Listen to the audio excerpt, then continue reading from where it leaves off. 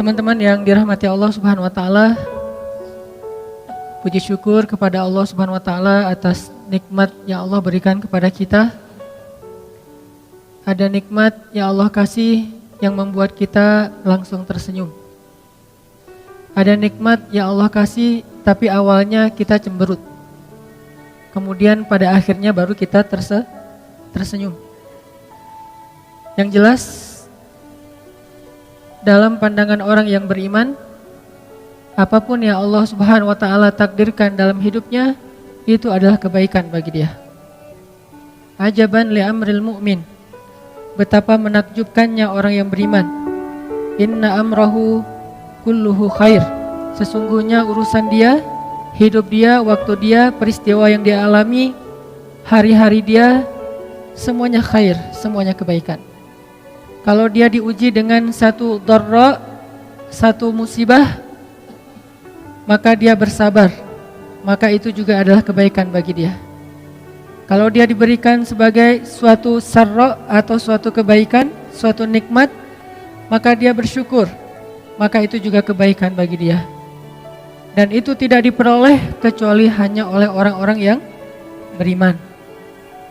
Sehingga salah satu cara kita mengukur iman kita sendiri, dan ini saya selalu menggarisbawahi dalam setiap kajian kita, bahwa ilmu yang kita peroleh selalu harus kita jadikan sebagai cermin, bukan kaca pembesar.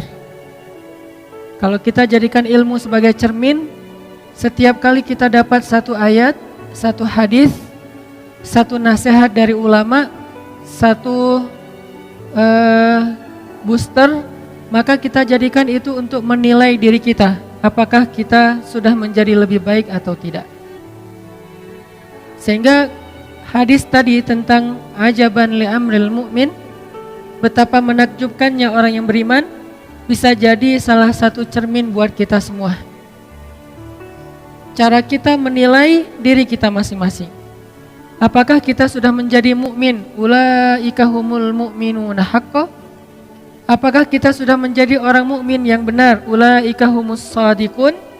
Caranya adalah coba kita nilai diri kita saat kita diberi dua nikmat itu. Saat kita diberi dua kebaikan itu. Satu kebaikan yang dikenal dengan istilah dharra, ujian. Yang kedua kebaikan yang dikenal dengan istilah sarra, anugerah. Apakah dua kebaikan ini atau dua nikmat ini akhirnya membuat kita mendapatkan lebih banyak kebaikan atau justru mengurangi kebaikan dalam hidup kita? Kalau ketika Allah Subhanahu wa taala beri kita nikmat bentuknya sarra, terus dengan sarra itu bertambah manfaat kita untuk orang lain, berarti itu kebaikan. Apa sarra tadi? Nikmat.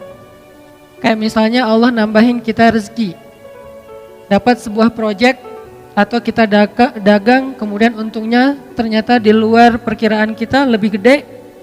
Lalu dengan nikmat rezeki tambahan itu, fadl, akhirnya kita menjadi orang yang bisa bantu orang lebih banyak. Berarti nikmat itu adalah khair. Tapi kalau dengan nikmat rezeki yang bertambah, dapat proyek, makin kaya, makin besar omsetnya, makin sukses, makin bagus karirnya, justru membuat kita menjadi orang yang semakin berkurang porsi kebaikannya, jadi semakin sombong, jadi semakin lupa kepada Allah, jadi semakin sibuk, akhirnya mulai mengurangi jatah ke masjid, mulai mengurangi jatah tilawah, mulai mengurangi jatah untuk ketemu dengan anak-anak dan keluarga. Berarti itu tidak menjadi khair. Dan kalau tidak menjadi khair, apa menakjubnya? Apa yang menakjubkan dari orang itu? Padahal Nabi mengatakan, ajaban, sangat menakjubkan orang yang beriman. Siapa orang beriman? Salah satu ukurannya, kalau dia diberikan sarra, syakara, fakana khairallah. Kalau dia diberikan satu nikmat, dia bersyukur. Dan salah satu di antara makna bersyukur itu adalah berbagi dengan orang lain. Karena bersyukur hanya dengan mengatakan alhamdulillah itu belum utuh.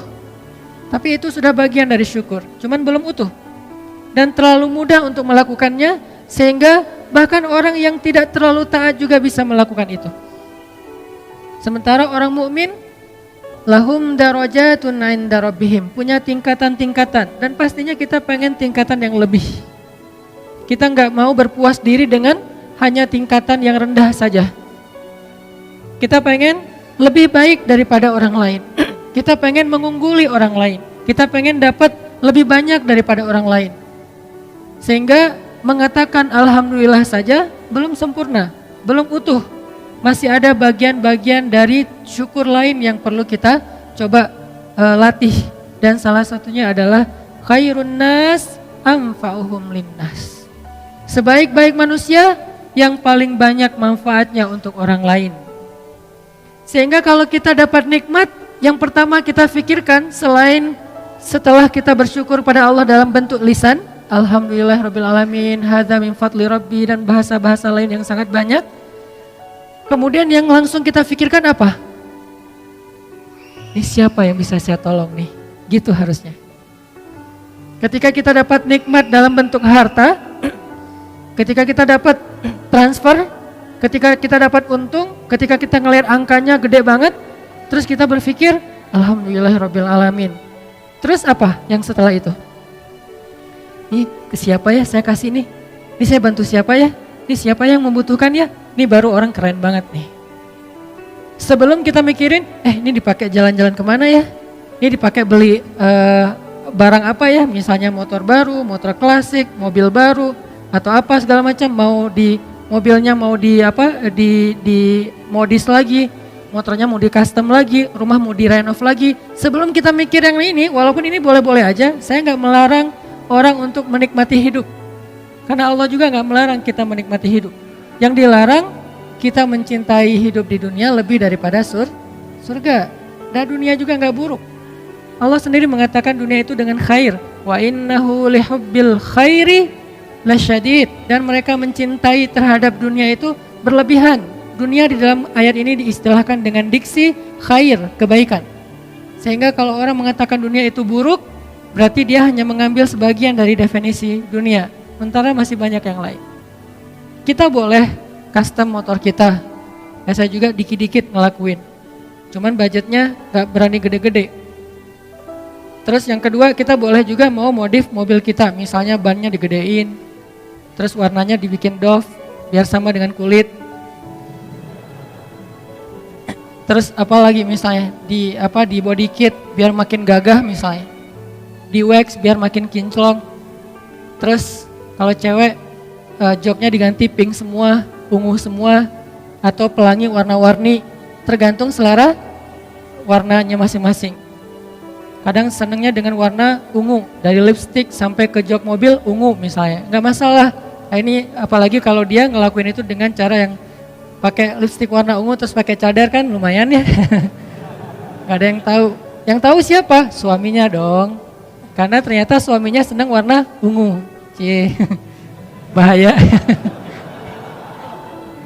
Jadi teman-teman gak masalah, cuman sebelum kita mikirin yang itu, biar lebih keren lagi nih, coba mikirin pas kita dapat duit, kita dapat rezeki, kita dapat harta, kita mikir siapa yang bisa saya tolong ya. Kalau perlu kita nyari, kayak kita browsing, kayak kita stalking, kayak kita kepoin aduh gak tega nyebutnya. Coba kita kepoin, stalking orang-orang yang membutuhkan, sesemangat itu. Kan kadang-kadang kalau kepoin si dia yang di masa lalu tuh sampai jam 1 malam nyari semua. Dia nama akunnya apa sih? Kok nggak nemu ya? Terus nanya ke teman-teman nggak ada yang ngasih tahu. Cari sampai dapat, sampai hobinya, musik yang dia suka, semuanya di stalkingin sampai nemu. Kalau udah nemu, ternyata di lock akunnya. Pas di lock, apa yang kita lakukan? Biar nggak ketahuan, balik lagi, bikin akun baru. Biar bisa minta request di follow. Karena kalau di lock terus kita nge-follow, kan dia ngelihat dulu, wah siapa, ternyata kita gitu. Namanya terlalu jelas, Hanan_Ataki gitu. Ya udah ganti. Misalnya nama-nama yang gak jelas, supaya pas nge-follow dia gak tahu kalau itu kita, dan postingannya 0. Pengalaman. bukan pengalaman ngeliat mantan, pengalaman stalking. Nah, kalau kita bisa stalking orang lain, bisa stalking sedia, mantan, segala macam, begitu semangatnya, kenapa kita nggak stalking yang lebih bermanfaat? Stalking orang-orang yang lagi membutuhkan. Kita bisa pakai hashtag, apa misalnya hashtagnya duafa, atau hashtagnya miskin, atau hashtagnya berobat, atau hashtagnya share, hashtagnya care, atau apapun hashtag, kan dari hashtag ketahuan ya. Atau kanker Indonesia, ketahuan tuh kasus-kasus kanker di Indonesia, di seluruh Indonesia, atau kelaparan, atau apalah biaya pendidikan. Kita stalking, kita nyari. Terus di antara sekian banyak postingan, kita pilih yang paling mudah deh buat kita, yang paling dekat dengan jarak kita. Akhirnya ketika kita dapat nikmat, yang pertama kita pikirin, ini ngasih siapa ya? Ini baru keren nih. Ini baru namanya sarro, nikmat yang Allah kasih. Syakaro, dia bersyukur. Fakana khairallah, dan itu menjadi kebaikan untuk dia. Itu baru ajaban. Ajaban itu kalau bahasa kita menakjubkan, bahasa lainnya tuh keren banget. Ajaban li'amril mu'min, keren banget orang yang beriman tuh. Emang keren. Dengan syarat apa? Gimana caranya orang beriman itu keren? Ajaban. Nabi juga pakai bahasa kayak bahasa kita gitu. Oh, ajib banget ya. Kan ajaban itu terjemahannya jadi kayak ajib gitu, walaupun gak diterjemahan sih. Diserap, bukan diterjemahin. Kalau diterjemahin, keren. Ajaban li'amril mu'min, keren banget urusan orang beriman tuh. Atau keren banget hidup orang yang beriman tuh. Keren banget perilaku orang yang beriman itu. Keren banget sikap orang yang beriman. Pokoknya orang beriman, keren. Gimana caranya? Salah satunya adalah kalau dia mendapatkan sarro, satu nikmat, syakaro fakana khairallah. Dan bentuk syukurnya adalah dia mikir, mau bantu siapa dengan nikmat ini? Mau ngasih ke siapa nikmat ini? Mau berbagi dengan siapa nikmat ini? Mungkin kalau kita nggak mau stalking di IG atau di sosial media, karena kita emang gampang sebenarnya menemukan orang-orang yang butuh kan? Lebih gampang mencari orang yang bisa kita tolong daripada nyari kesalahan orang lain. Nyari kesalahan orang tuh susah loh. Udah dapat rugi. Kenapa? Begitu kita dapat kesalahan orang lain, kita share, maka kita mengambil dosa dari kesalahan itu untuk kita tanggung. Capek banget sih ngambil dosa ya. Kita cari mana kesalahan orang. Oh, ini ada nih. Kita ambil, lalu kita buka aibnya, kita share, berarti kita sudah menanggung kesalahan itu. Kalau kita simpan, kita nggak ikut menanggung. Kalau kita kasih tahu ke orangnya supaya dia memperbaiki diri, maka kita dapat pahala, dan dia juga kalau memperbaiki diri dapat pahala. Tapi kalau kita share, dia udah habis dosanya, kita yang nanggung dosa dia, kan rugi tuh. Daripada capek-capek kayak gitu, mending kita nyari, stalking, kepo, siapa sih yang bisa kita tolong. Dan itu lebih gampang. Kalau kita nemu, belum nemu aja udah dapat pahala, baru niat aja udah dapat. Begitu kita dapat nikmat, aduh pengen nolong siapa ya? Siapa yang punya punya niat, punya keinginan kepada kebaikan, lalu dia tidak jadi melakukannya atau belum melakukannya, dia sudah mendapatkan pahala dari niat. Wa innama likulli imri'in ma nawa. Jadi teman-teman, niat itu luar biasa seperti yang kita bahas dalam 2 pertemuan terakhir. Keren banget, niat pengen bantu orang aja, ini belum bantu nih, baru niat. Siapa ya yang bisa saya bantu nih? Udah, wa innama likulli imri'in ma nawa. Udah dapat kayak pahala ngebantu orang tersebut. Nyari, proses mencari itu juga pahala. Karena berjalan, kalau dulu mungkin nyarinya dengan berjalan. Jalan ke rumah tetangga, jalan ke rumah di ujung kota, jalan ke rumah beda kabilah, pokoknya jalan. Kalau dulu jalan, kalau sekarang nyarinya dengan kita stalking, kita cari di internet, kita nelpon, kita baca di grup WA, segala macam. Yang jelas ada effort buat nyari. Proses mencari itu juga bagian dari kebaikan. Mencari doang, belum nemu. Terus kalau udah nemu, ketemu, oh ternyata ada tetangga yang butuh, ternyata ada teman yang butuh, ternyata ada temannya teman yang butuh, ternyata ada temannya teman-teman butuh. Terserah deh dari mana asal usulnya. Ketika nemu, lalu kita datengin, kita share, kita care kepada dia, maka kita kata Nabi, ajaban li amrul mu'min. Itu baru mukmin yang keren. Itu baru mukmin yang keren. Kenapa? Syakaro. Dia bersyukur dengan cara berbagi, dengan cara berbuat kebaikan. Laisal birra an tuwallu wujuhakum qibalal masyriqi wal maghrib. Kebaikan itu bukanlah memperdebatkan mana yang paling tepat antara timur dan barat. Kan ayatnya kayak gitu kan?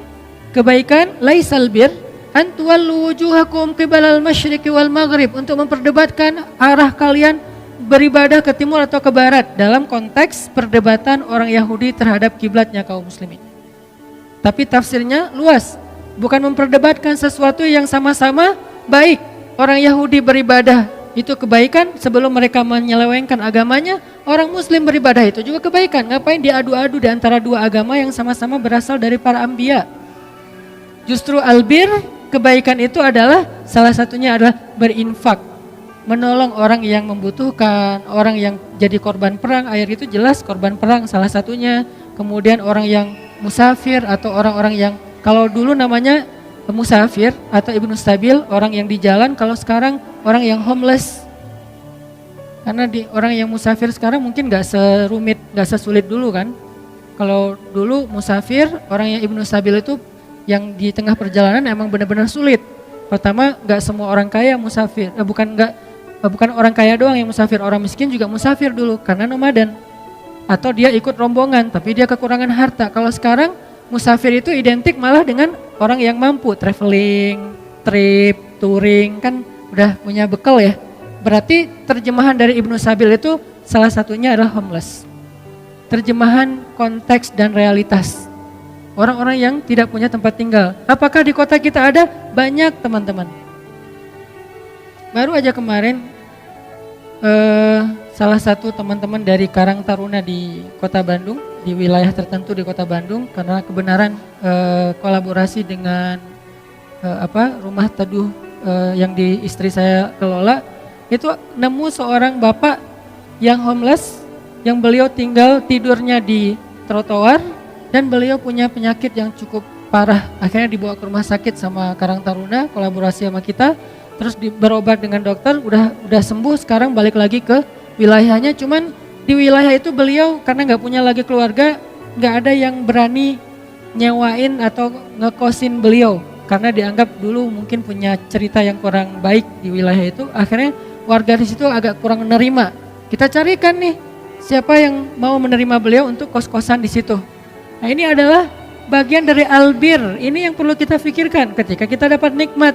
Betapa egoisnya orang yang ketika dikasih nikmat oleh Allah cuman mikirin diri sendiri. Mau jalan kemana ya, mau makan apa ya, mau trip kemana ya, mau touring kemana ya, mau traveling kemana ya, mau jajan apa ya, beli apa, mall mana.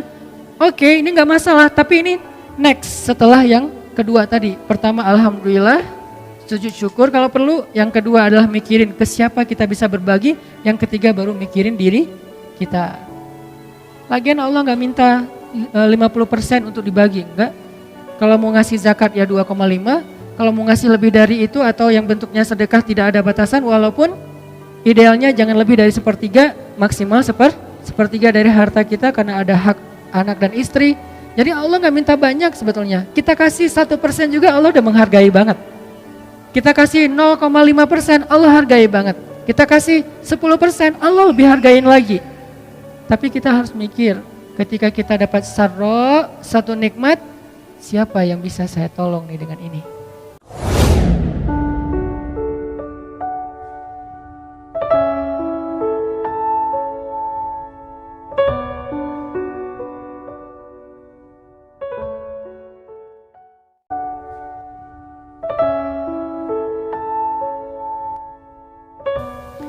Teman-teman yang dirahmati Allah Subhanahu wa taala, puji syukur kepada Allah.